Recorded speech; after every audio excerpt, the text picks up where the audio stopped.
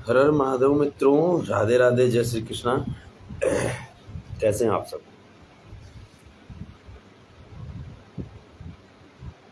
मुझे परेशान करने वाला और आप सबको परेशान करने वाला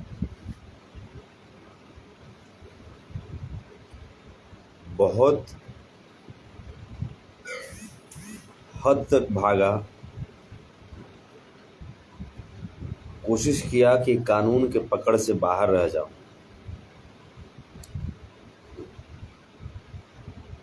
लेकिन कानून पे, देश की संविधान पे, न्यायपालिका पे मुझे भरोसा था और वो भरोसा और विश्वास और बढ़ा। जी हाँ, मैं बात उसी छोटुआ का कर रहा हूं जो मेरे ऊपर साजिश के तहत एफआईआर अपने भाई से करवाने का काम किया था। आज खुशी का दिन है और मैं आप सबको ये न्यूज़ में दे दूं कि भागते भागते वो थक गया। कभी देवरिया भागा, कभी अम्बा भागा, कभी कुटुंबा भागा, लेकिन उस बेचारे को ये मालूम नहीं था कि हमारे देश का कानून इतना भी कमज़ोर नहीं है। लाख कोशिश किया, बहुत पावर लगाया एंटीसेपेट्रिक बेल के लिए। औरंगाबाद सीजीएम कोर्ट गया, वहाँ भी रिजेक्ट किया। डिस्ट्रिक्ट गया, वहाँ भी रिजेक्ट किया। कुर्की जब्ती की नोटिस निकली उसकी। बोलते हो ना मर्द की बात, तो मर्द कौन होता है ये पब्लिक पूरी तरीके से जानते हैं और देख भी लिए हैं।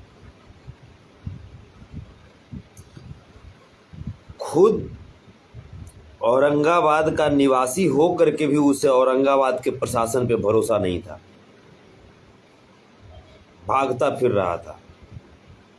कभी वहां से, एक तो इतनी को उसका देखिएगा कि कबूतर के जैसा न रेटिए,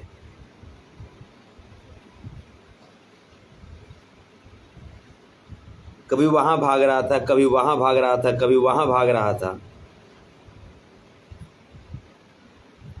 फाइनली क्या हुआ? कब तक कानून को चकमा दोगे? कब तक प्रशासन को चकमा दोगे? ये बात भइल कि जतियो गईल पकड़ाइयो गेला ये बबुआ रे।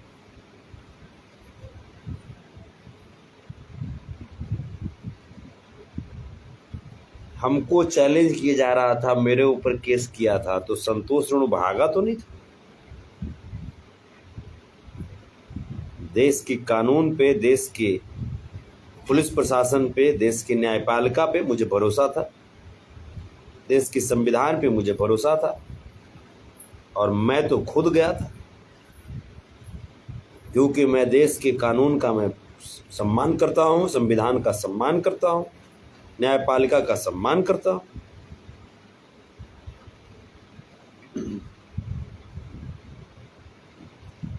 मैं खुद गया और हमको जब बुलावा है, मैं गया था वहां पे और मैंने कहा कि ठीक है सर, जब ऐसी बातें हैं तो मैं आपके सामने हूँ।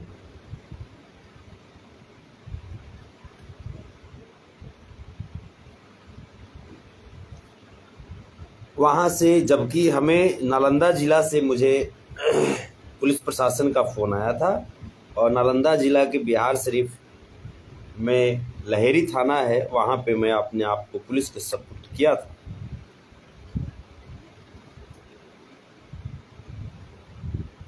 मर्द का होला बबुआ,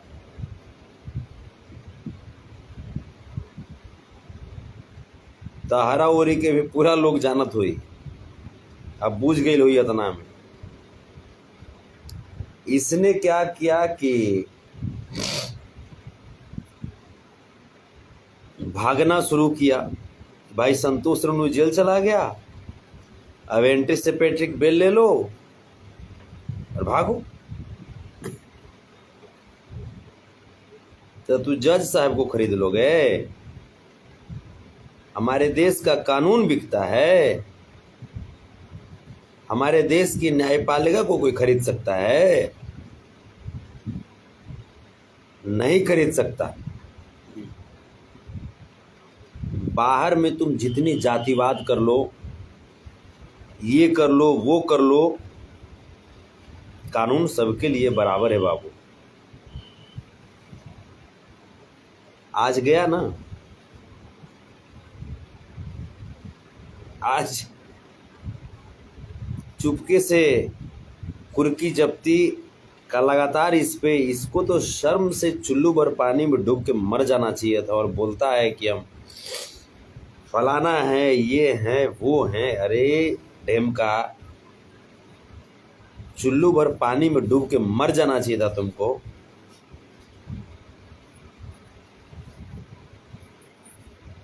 जो तुम्हारे घर पे कुर्की जब्ती का नोटिस चिपकाया जाता है, तुम कानून से फरारी तुम अपने आप को बना देते हो। जिसको कानून के ऊपर भरोसा नहीं है, संविधान के ऊपर भरोसा नहीं है, और वो बात करता है मर्द की है। हमारे देश का संविधान, हमारे देश का कानून कितना मजबूत और सशक्त है, ये तुमको आज पता चल गया होगा। जब गए ना, आजा तनी बबुआ पिंजौड़वा के भीतर, हुआ ना, मजा आया ना। जेल गए, अब जरा जेल के रोटी तुम भी खाओ, है ना। और वहाँ जेल जो होता है, सुधार गृह है वो। वहाँ सोचना कि तुम जिस राजपूत राजपूत राजपूत राजपूत की तुम बात करते थे, क्या तुमने राजपूत वंश, राजपूत जाति की मान मर्यादा को बढ़ाया, या उनकी मान मर्यादा में और तुमने दाग लगाया? तुम सोचना ही इस चीज को, बड़ा फुर्सत मिलेगा तुमको वहां सोचने का। बहुत दम्भ भरते थे ना। कभी संतोष रेणु भी भगोड़ा हुआ है, हैं? कितनी पावर थी तेरे अंदर, भाग लिए क्या? भाग लिए? बहुत टेढ़ी छोटी नेता विधायक है, फैलना धलना, है ना, पूरा ताकत लगा लिया। हमारे देश के कानून को तुम खरीद लिए क्या? हमारे देश के संविधान को तुमने मरोड़ दिया। क्या किया? होना पड़ा ना, आना पड़ा ना जेल के अंदर।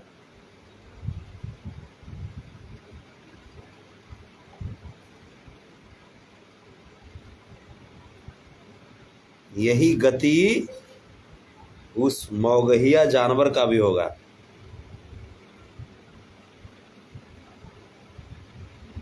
जातिवाद पैदा किए हो ना।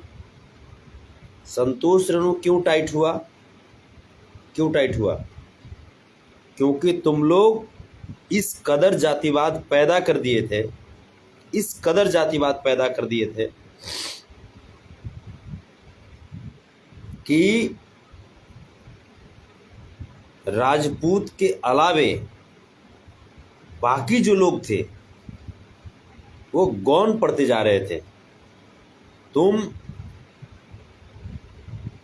ऐसा माहौल क्रिएट कर दिए थे कि जैसे ऐसा लग रहा था कि इस इंडस्ट्री में सिर्फ राजपूत ही रहेंगे और बाकी लोग का इस इंडस्ट्री से छुट्टी हो जाना चाहिए। इसमें भी तुमने ये कभी नहीं सोचा कि इंडस्ट्री, समाज, देश, राज्य किसी एक जाति या किसी एक धर्म से नहीं चलता। तुमने ये बात बोला था ना, मैंने एक्शन कब लिया? जब तुमने ये बात बोला था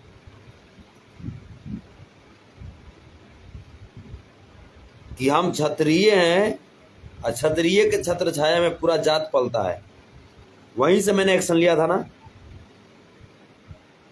दादा श्री कृष्ण का वंशज हूं, 99 गलती माफ करता हूं बाबू, 99 गलती माफ करता हूं। 100वीं बार जब गलती करोगे तो कड़ा एक्शन तो लेंगे।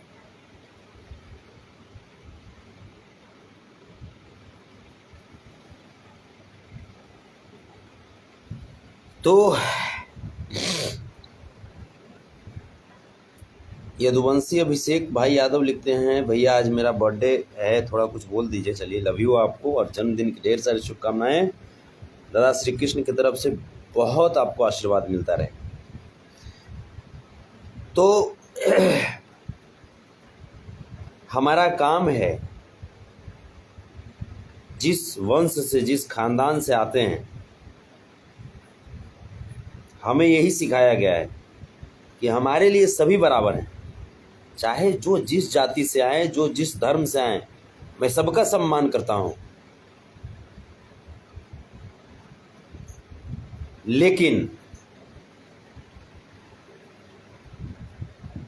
मैं सबका सम्मान करता हूं और तब तक सम्मान करता रहूंगा जब तक कि आप मुझे सम्मान करें या सम्मान ना करें, वहां तक मैं सम्मान करता रहूंगा। लेकिन जिस दिन आप अगर मेरे वंश को, मेरे खानदान को आंख दिखाने की कोशिश कीजिएगा,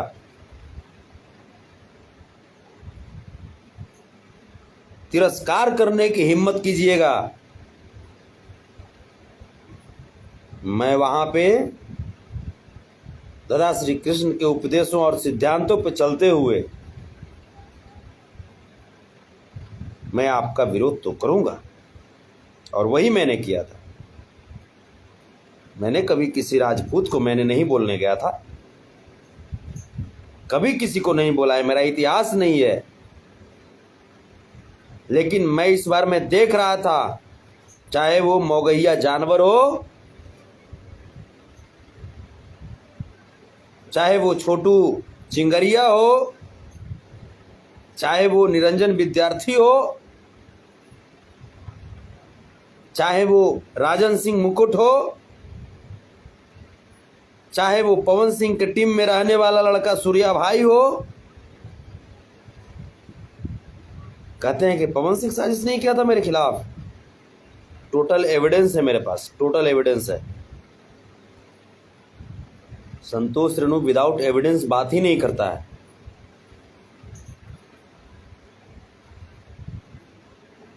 ये सब का सब लोग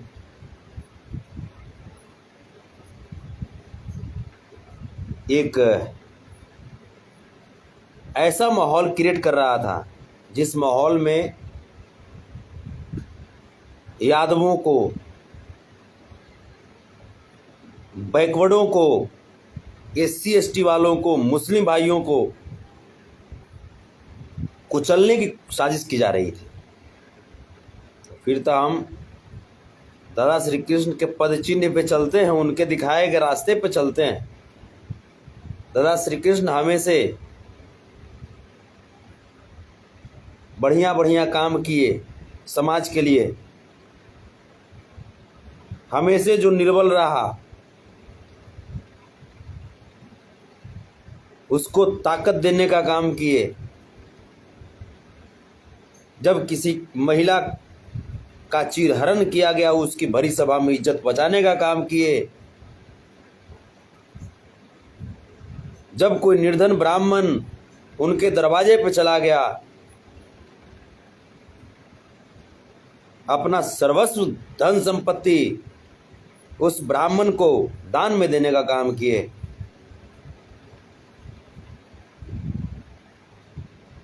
हमेशा समाज कल्याण का कार्य करते आए और उसी वंश से, उसी खानदान से मैं आता हूं।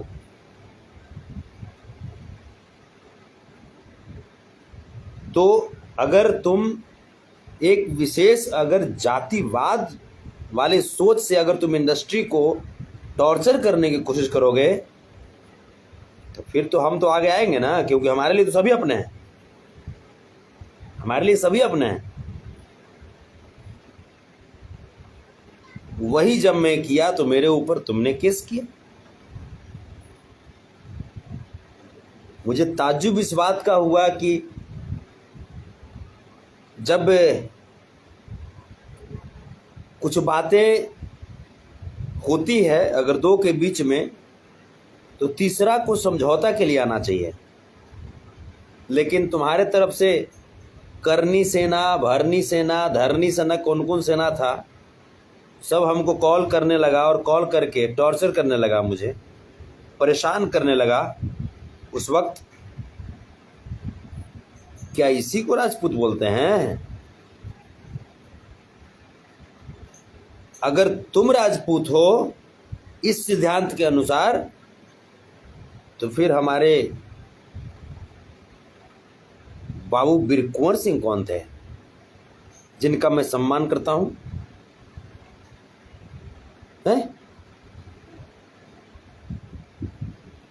सम्मान करने लायक कार्य करो, सम्मान करेंगे। कार्य करोगे दैत्य वाला और सोचोगे कि इंसान समझ जाएं, ये संतोष रेणुसा तो नहीं हो सकता है। और अभी तुम गए हो ना सलाखों के पीछे, मौगहिया जानवर भी जाने वाला है। बड़ा बिलबिला रहा था ना, हम देख रहे थे आज एक वीडियो में बोल रहा है कि सब लोग हमको सपोर्ट कीजिए, हमारे ऊपर 12 वो केस हो गया है ना। तुम किसको तुम छोड़े हो? खाली राजपूत से चलेगा इंडस्ट्री हैं? खाली एक जात से देश चलेगा और समाज को चलाओगे? बहन बेटियों की इज्जत की बात करते हो तुम, तो फिर ये खुशबू उत्तम क्या थी? खुशबू उत्तम भी तो किसी की बेटी है, किसी की बहन है। जिस बेटी जिस बहन को भरी सभा में तुमने बेइज्जत करने का काम किया, वीडियो बना करके जिस बेटी की जिस बहन को तुमने अपमानित करने का काम किया, ये सौम्या पोखरल कौन थी? वो भी तो एक किसी की बेटी थी, किसी की बहन थी, जिसको तुमने, जो बेचारी नेपाल से आई थी। हमारे यहाँ कहा जाता है अतिथि देवो भव। अगर अतिथि अगर छोटी मोटी गलती भी कर दे तो अपने घर में उसे हम बेइज्जत नहीं करते, यह हमारे खून में है, यह हमारे संस्कार में है। लेकिन तुमने क्या किया?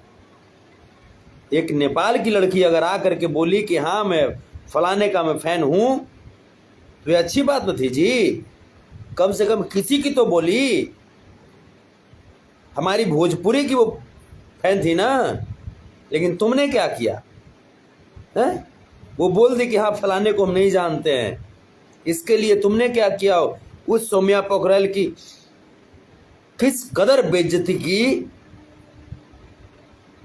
जो इतिहास जब देखेगा तब कहेगा कि हाँ क्या यही राजपूत होते हैं? हैं? उसके बाद तब जा करके गुस्से में फिर मैंने भी एक बाइट दिया जब एक रिपोर्टर ने हमसे पूछा कि हाँ पवन सिंह तो ऐसे हैं वैसे हैं, तो मैंने भी बाइट दिया, क्योंकि जब एक महिला को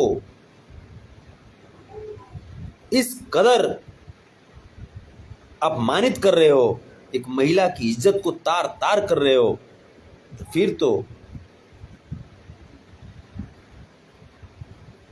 तुम्हें सम्मान देने का कोई प्रश्न ही नहीं उठता है।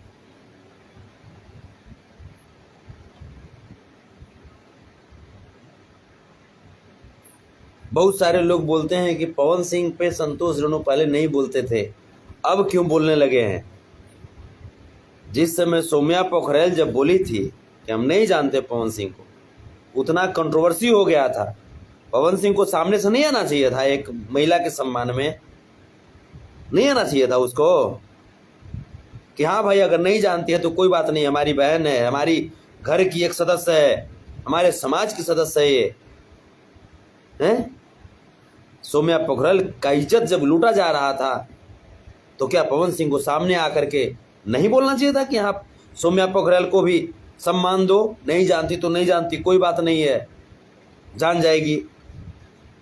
इसका मतलब तुम अपमानित करके तुम साबित करोगे कि हाँ तुम कौन हो,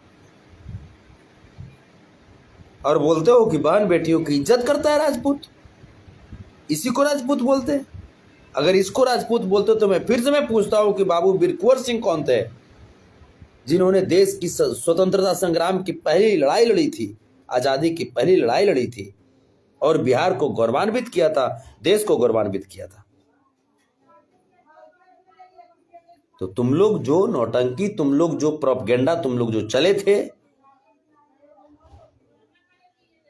तो उस प्रोपगेंडा को कानून भी अब समझ चुकी है, कानून भी समझ रही है, देश के प्रशासन भी समझ रहे हैं। और तुम्हारा ये जो खेल है ना, तुम्हारा जो व्यवसाय है,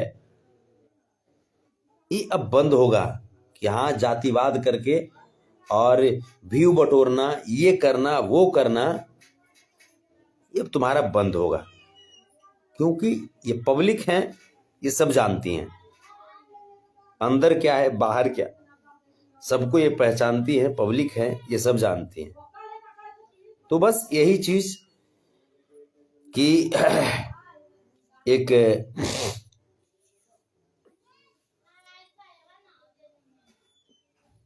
छोटी सी बात मैं पुनः मौगहिया जानवर से भी कह रहा हूं, बाबू तुमने हद को क्रॉस कर दिया था। किसी की बेटी, किसी की बहन, किसी की बीवी को रेप करने की बात कह करके तुमने हद को भी क्रॉस कर दिया था। और तुमको तो पता ही है कि हमारे देश में रेपिस्ट का क्या हाल होता है, हमारे देश के कानून में रेप करने वालों की क्या सजा मुकर्रर की गई है। उसके बावजूद तुमने ये बात कहा, सजा तो तुमको भुगतना पड़ेगा। उसके बाद तुम्हारी सरकार है, अभी बीजेपी की सरकार है, और हम तो भाई स्पष्ट हम बोलते हैं कि हम लालूवादी हैं। हम तो स्पष्ट बोलते हैं, ये भी नहीं कि हाँ आज इसकी सरकार है तो हम उसके पक्ष में हो गए, आज इसकी सरकार है तो इसके पक्ष में हो गए। हम तो स्पष्ट बोलते हैं कि हम लालूवादी हैं। तो तुम्हारी सरकार है, हो सकता है सरकार के तहत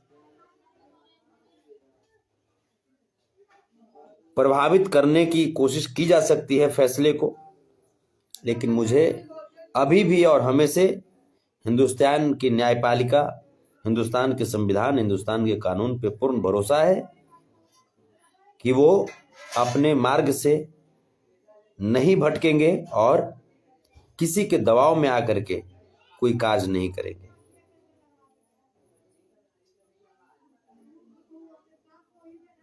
हमारे तरफ से शुभकामना यही रहेगा कि जेल के अंदर भी जाओ तो बढ़िया से रहना, वहां भी जाति पाति मत करना, क्योंकि वहां भी जब जाति पाति करोगे तब थोड़ी सी और प्रॉब्लम है। इस सारे में मैं बहुत सारा बात बोल दिया, इस बात को समझना। कुछ समाज के लिए करो बाबू, कुछ अगर राजपूत राजपूत कहते हो अच्छी बात है, राजपूतों की भी एक अपनी सम्मान है, एक अपनी विरासत है, लेकिन राजपूत राजपूत सिर्फ कहने से नहीं होगा, कुछ करो राजपूतों के लिए, राजपूत समाज के लिए कुछ आगे बढ़ करके कुछ त्याग करो, तब जानेंगे। सिर्फ ऐसे कहने से नहीं होता है, ठीक है। तो एक तो गया छोटू चिंगारी, आज तमाम पावर लगाया, कानून को गुमराह करने की कोशिश किया, लेकिन हमारे देश के सशक्त कानून ने मजबूर कर दिया उसे, बबुआ जाके तू सरेंडर कर। और गया था सरेंडर करने, सोचा कि वहां से हमको बेल मिल जाएगा, लेकिन रुपवा बबूल आम कहां से मिली, गया है सलाखों के पीछे। अब मौगहिया जवान का भी नंबर आ चुका है, और ऐसे ऐसे लोग जो समाज को बांटने का कार्य करते हैं, सब लोग का नंबर आएगा, सब लोग का नंबर आएगा, सब लोग का एविडेंस कलेक्ट कर रहा हूं, सब लोग का एविडेंस कलेक्ट कर रहा हूं। और यहां तक कि पवन सिंह अपनी टीम के द्वारा मेरे खिलाफ क्या क्या साजिश किया था, मुझे जेल भिजवाने में, मेरे चैनल को स्ट्राइक मरवाने में, वो सारा एविडेंस मैं कलेक्ट कर रहा हूं। बिना सबूत के संतोष रेणु नहीं बोलता है। आप सब ऐसे ही मस्त रहिए, जबरदस्त रहिए, और ऐसे ही बने रहिए। जय हिंद, जय भारत, राधे राधे, जय श्री कृष्ण। आज आप सबका नाम मैं नहीं पढ़ पाया हूं, बुरा नहीं मानिएगा, क्योंकि आप सबके आशीर्वाद के बदौलत ही तो आपका भाई, आपका बेटा संतोष रेणु यादव गरजता रहता है। जय हो, जय हो दादा श्री कृष्ण। प्रणाम आप सबको।